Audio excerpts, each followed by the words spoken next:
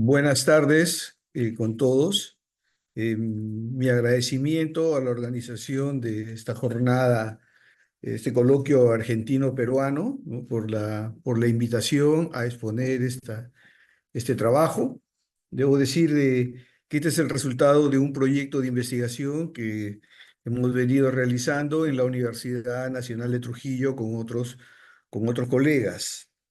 Bien, paso a exponer el tema que es la nomenclatura de las calles de Trujillo, historia y memoria, 1862-1937. Bien, concluida la Guerra de la Independencia, una característica común entre las naciones que surgieron de la desintegración de América Española fue la inestabilidad política y la pérdida administrativa de capitales. De los integrantes de los grupos sociales antes marginados en la colonia, los mestizos se erigieron en la vanguardia del caudillismo en las primeras décadas de la República, desplazando a los criollos.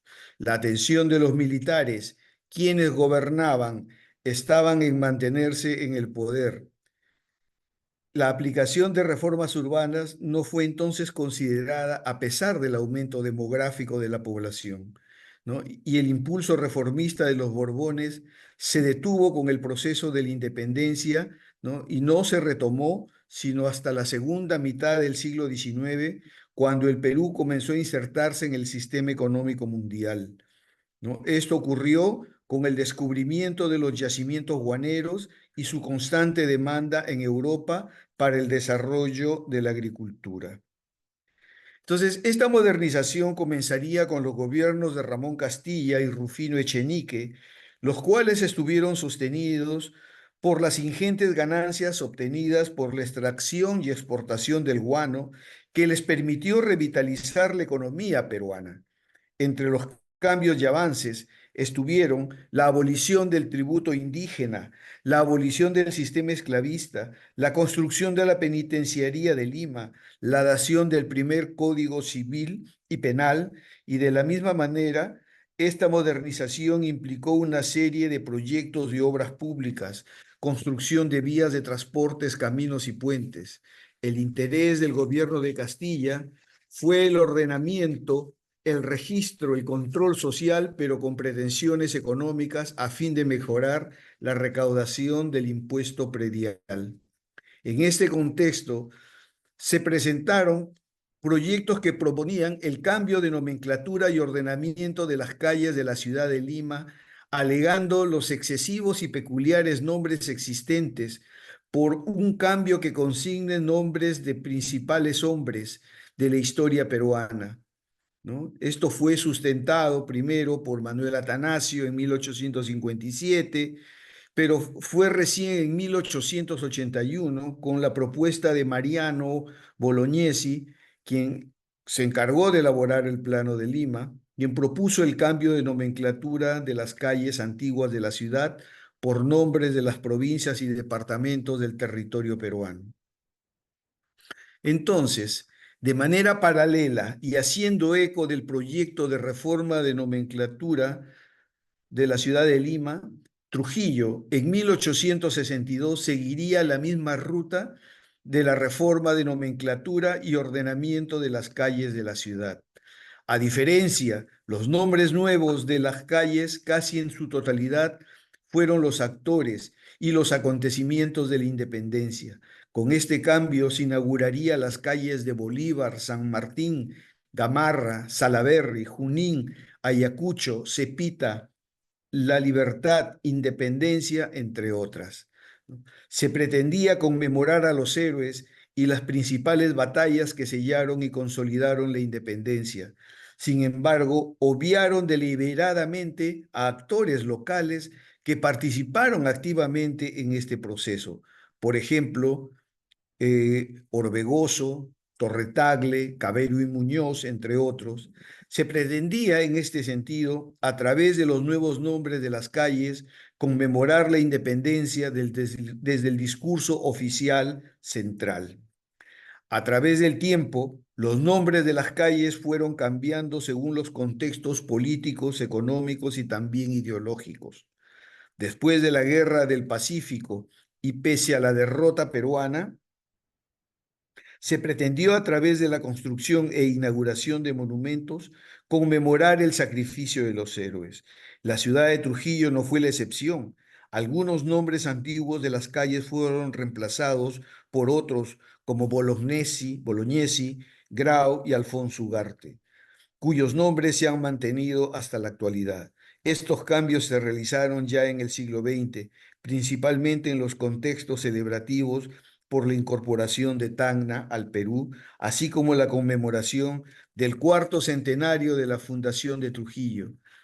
Tanto los años 20 y 30 fueron décadas caracterizadas por festividades cívicas importantes para la nación y esta ciudad, por lo que en este periodo se dieron las primeras modificaciones de la nomenclatura oficial de las calles establecidas en el siglo anterior, ¿no? Allí vemos, miren, el plano de Pasoldán con la antigua nomenclatura, ¿no? Cada cuadra era una calle, ¿no? Entonces, esto se va a reemplazar a partir de 1862 por jirones, ¿no? Es decir, tramos de varias calles o cuadras. Bien, la memoria es el conjunto de recuerdos propios y heredados que habitan en el presente de manera involuntaria y que se manifiestan sin un orden alguno. Así, mientras la historia sirve para representar el pasado de forma inteligible, motivado por intereses varios, la memoria es más bien un mecanismo inconsciente que permite a los individuos orientarse hacia el futuro. Sin embargo, desde el poder estatal, los miembros recurren a ambas y usan su conocimiento sistematizado para construir comunidades imaginadas como son los estados nacionales modernos. Antes de la década del 60 del siglo XIX, con la palabra calle se hacía referencia a las cuadras que componía una vía urbana, las cuales eran designados por alguna característica particular para distinguirle entre sí. Los nombres eran puestos por la población y formaban parte de la memoria social. A falta de una nomenclatura oficial, al igual que en las demás ciudades del Perú, en Trujillo el gobierno local seguía recurriendo a ella aún después de avanzada la República. El cambio de nombres de calles comenzó en Lima y no cumplió solo una función ornamental o administrativa, sino que fue fundamental para la configuración de la nación. A partir de 1862, por iniciativa del gobierno de Castilla, dejó de recurrirse gradualmente a este sistema en el ámbito burocrático, aunque entre la población permaneció todavía el modo anterior de nombrarlas, unos años más hasta gradualmente ir incorporándose en la memoria social trujillana. Debido a ello, para ese año puede encontrarse el uso de ambas nomenclaturas dependiendo el mes y la institución que describiera las calles de la ciudad, ¿no? Por ejemplo, el 14 de febrero, en una sesión del Consejo Provincial, por motivo de un pleito de aguas, con Juan Oile se acordó colocar por lugares donde ésta discurría 11 comisarios, colocando los nombres antiguos, ¿no? Por ejemplo, para la calle de la Merced, para calle de los Bajos, calle del Mirador de Santa Clara, Plateros, El Arco, del Viejo Palacio, El Tesoro, Santa Ana, en fin, ¿no? Muchos nombres. No obstante, para el mes de agosto, la Corte Superior de Justicia registra los nombres oficiales, ¿no? Como se observan en una causa civil en la que se muestra la lista de cobros del modo siguiente, ¿no? Por mayo dice la calle de San Martín, calle de la Independencia, calle del Progreso, calle de Bolívar, calle de la Libertad, ¿no? A pesar del corto tiempo transcurrido entre estas dos descripciones de las calles de Trujillo, está puesta la vigencia de la nomenclatura oficial, de allí una explicación para esta diferencia. Así, para octubre de 1862, se tiene al Consejo Provincial ya recurriendo a esta nomenclatura cuando en una sesión discuten la solicitud de Joaquín Saavedra que se le adjudique una renta real en un sitio que se halla en la cuadra calle del Progreso, en la cuadra cuarta de la calle del Progreso. Este contraste en el uso del nomenclátor, puesto que el cambio no fue homogéneo, pero también no hubo resistencia de parte de las instituciones locales a la modificación del sistema, sino que se adecuaron rápidamente a él.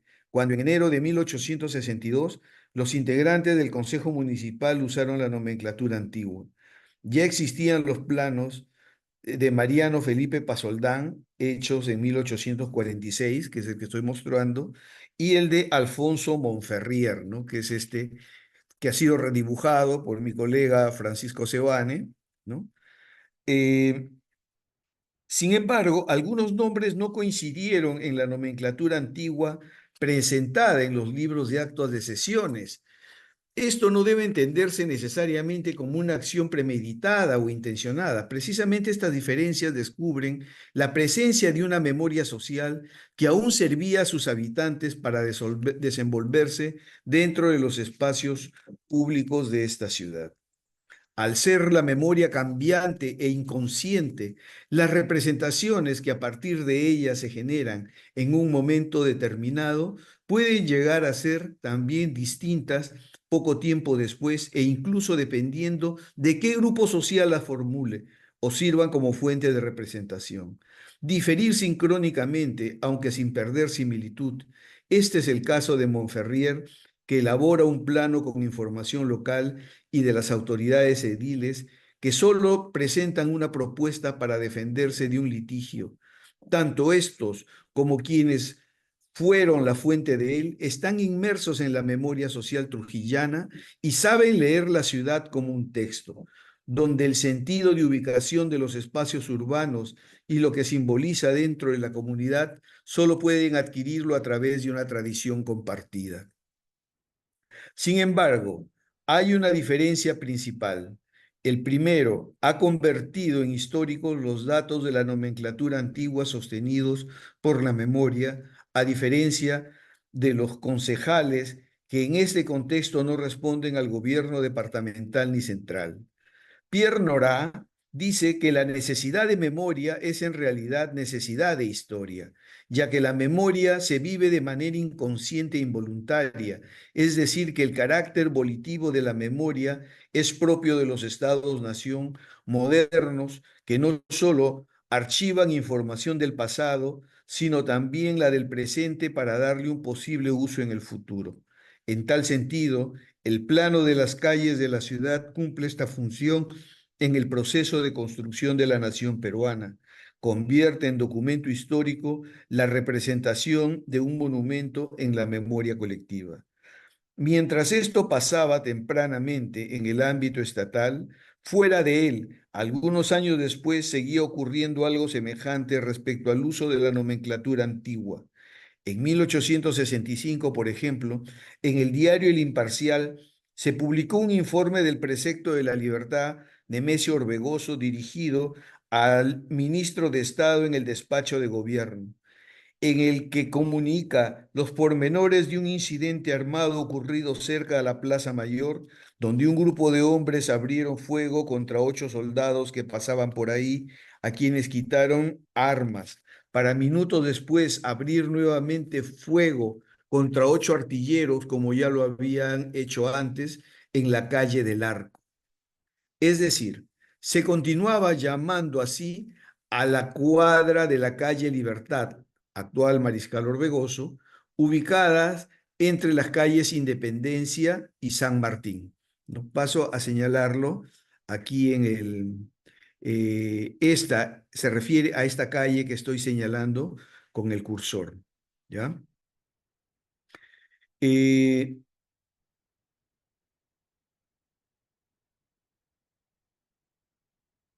Pero en general, en las instituciones de alcance regional ya se usaba el nuevo nombre. Así, en 1862, el mismo año de la oficialización, se puede encontrar a esta calle siendo designada como Libertad en la Corte Superior de Justicia. Varias décadas después, en 1898, el abogado Archambault menciona que el Colegio Seminario es propietario de una casa en la calle Libertad, ¿no? En esta ocasión no ve necesario aclarar el nombre de la cuadra en la que se encuentra la casa. Ahora la mención de la calle se convierte en la referencia más cercana. Conforme avanzaba el tiempo, comenzó a imponerse la nomenclatura oficial. Sin embargo, los nombres antiguos de las cuadras seguían todavía enunciados por algunos de sus habitantes, dándose incluso una superposición de usos. Por ejemplo, Nicolás Rebasa, en los Anales del Departamento de la Libertad, que escribió a finales del siglo XIX, usa el término de calle en el sentido de cuadra. Así, a pesar de tener conocimiento de la nueva nomenclatura, le era difícil adaptarse a ella, ¿no? Bueno, el personaje pues nació en 1811 cuando Trujillo formaba todavía parte de la monarquía española, ¿no? Debido a que no todos los nombres antiguos fueron desapareciendo de la memoria social, al mismo tiempo las calles más comerciales y transitadas donde confluían personas de diversos lugares de la región y del país se encargaban de afirmar el nuevo nombre y de dar a conocer la nueva designación. Eh, Más adelante, por ejemplo, en la revista jurídica, el 2 de septiembre de 1897, se menciona en varias ocasiones Calle del Progreso, nombre dado después de 1862 al tramo que es actualmente Girón Pizarro, otro número del mismo año. En otro número del mismo año se puede leer una crónica urbana donde se menciona que la subprefectura dará un bando prohibiendo que en las calles centrales del comercio entren recuas de animales para descargar mercadería en las casas de comercio. Esta afirmación del cronista llama la atención que no mencione las calles por sus nombres oficiales y se limite solo a designarlas como calles del comercio, asumiendo que sus lectores entienden a cuáles se refieren. Se sabe que a la cuadra donde se encuentra el Palacio Iturregui la nombraban de ese modo, más su extensivo para designar no solo a la calle del Progreso, sino a otras similares con casas comerciales, muestra por un lado la pérdida de fuerza de ese nombre en la memoria social trujillana a través de la nueva nomenclatura oficial, pero a la vez también rezagos de su palacio, de su anterior uso, que todavía no termina de irse completamente 40 años después. Para 1929, sin embargo, cuando se presenta el caso de un intento de homicidio en una casa ubicada frente al Palacio Iturregui, se menciona que esta queda en la calle del Progreso. Y más adelante se especifica que esta es una de las más céntricas de la ciudad, ¿no? En que la vida comercial es más intensa. Es decir, 67 años después, ya es necesario nombrar la calle y mencionar una de sus características principales. Ahora entro a las calles en las primeras décadas del siglo XX. La nomenclatura oficial de 1862 se fue estableciendo entre la población local poco a poco hasta formar parte del uso cotidiano. Después de la guerra con Chile comenzó un proceso organizado de construcción de la nación peruana. Desde el Estado, así las calles con nombres de personajes y acontecimientos históricos se adecuaron a la nueva forma de los trujillanos de entender el espacio urbano. Las conmemoraciones del 28 de julio comenzaron a ser recurrentes en esta ciudad y generalizada la identificación pública de esta proclamación como la equivalente a la del Perú. Por motivo de la incorporación de Tacna al Perú, se cambió de nombre a la calle Vindivil por Grau y se erigió un monumento en homenaje a Bolognesi al fin de la calle Independencia, inicio de la avenida bautizada como Alameda O'Donovan. Si hasta fines del siglo XIX todavía había integrantes del Consejo Municipal y de la población en general que se referían a las calles de Trujillo usando nomenclatura antigua, para 1930 ya era común que las mencionaran por sus nombres oficiales establecidos en 1862, como se observa en una moción de consejo. La designación de las cuadras como calles ya no formaba parte de la memoria social trujillana. Para estos años, como se aprecia, cuando un miembro del Consejo Provincial, al comunicar un pedido de los ciudadanos, expresó que en nombre de los vecinos de la sexta cuadra del Jirón Bolívar se le propone el número necesario de borricos para la baja policía.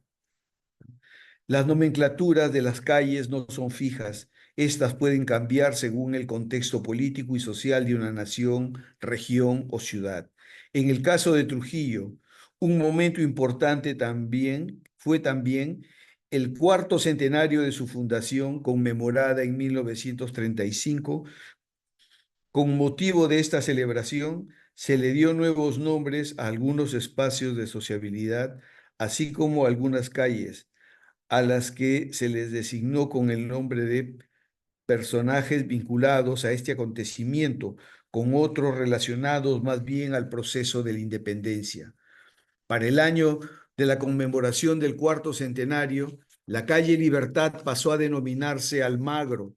La iniciativa surgió de la comisión encargada de la celebración, la que a través de un oficio que se leyó en sesión ordinaria el 21 de diciembre de 1934, le pidió al Consejo Municipal hiciera el cambio de nombre de Almagro a la actual calle de Libertad y Plazuela de Santa Ana y de Astete a la calle de Restauración y Plazuela del Recreo.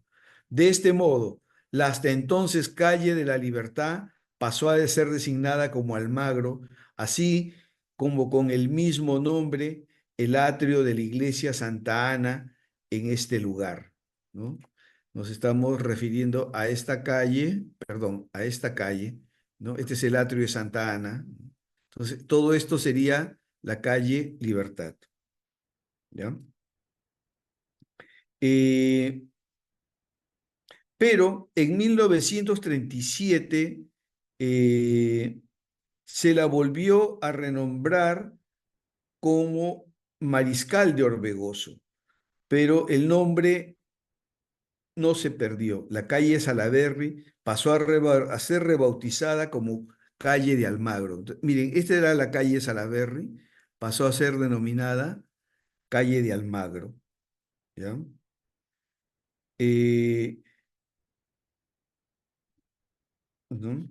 La introducción de Almagro y Estete dentro de la nomenclatura del centro histórico de la ciudad no fue una decisión improvisada solo por motivo del cuarto centenario de la fundación de Trujillo, sino debidamente elaborada, ya que correspondía con la representación que tenían los miembros de la comisión sobre el acto fundacional, especialmente Elías Iturri, donde estos dos personajes aparecían cumpliendo ese rol. De esta manera, eh, era también una respuesta a la inclusión de Pizarro dentro del nombre de la nomenclatura oficial por el Consejo Municipal, donde se defendía la representación pizarrista del origen de esa ciudad. Esta calle, antes denominada del Progreso, era la principal, la más comercial y donde se ubicaba la municipalidad provincial. Para septiembre de 1935 ya era común su uso, por lo menos institucionalmente, como se aprecia cuando en una sesión ordinaria se da a conocer el doctor Canales sobre el desborde de la acequia que pasa por la calle Francisco Pizarro de esta ciudad, mientras que un año antes se podía encontrar a algunos concejales refiriéndose a esa calle por su denominación anterior. Cuando el señor Vergel pidió que se reemplazaran losas por losetas nuevas en varias cuadras de la calle El Progreso. En conclusión, la creación de una nomenclatura de las calles para las ciudades fue iniciativa del gobierno de Ramón Castilla en un esfuerzo por modernizar y forjar identidad nacional en un contexto de inserción del sistema económico mundial. En Trujillo, las autoridades ediles acogieron bien esta medida y elaboraron una nomenclatura acorde a la representación que poseían del pasado, específicamente del proceso de independencia. Consideraron indispensables hallar un equipo entre personajes y acontecimientos regionales. En esta ciudad La nomenclatura oficial se estableció en 1862 y a partir de entonces pasó a formar parte del lenguaje institucional local.